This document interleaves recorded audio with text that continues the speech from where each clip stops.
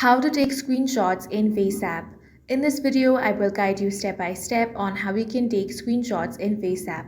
First of all, you want to launch open the FaceApp on your device. Now go ahead and take a picture, or you can simply select one from the gallery. Now you can edit it however you want over here. After that, if you want to save this, you can simply tap on the save option at the top right corner of your screen. However, you're going to get the logo over here, so you're not able to save it without the logo. So if you want to save this picture without the logo, you can take a screenshot. If you want to take a screenshot, then you can simply take it normally as you would on your phone.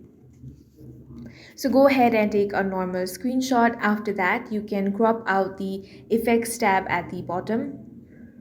So here, as you can see, you can simply crop it out like this, then tap on the save option, and in this way you can easily take a screenshot on the FaceApp. If you found this video useful, make sure to hit the like button and subscribe for more videos like this.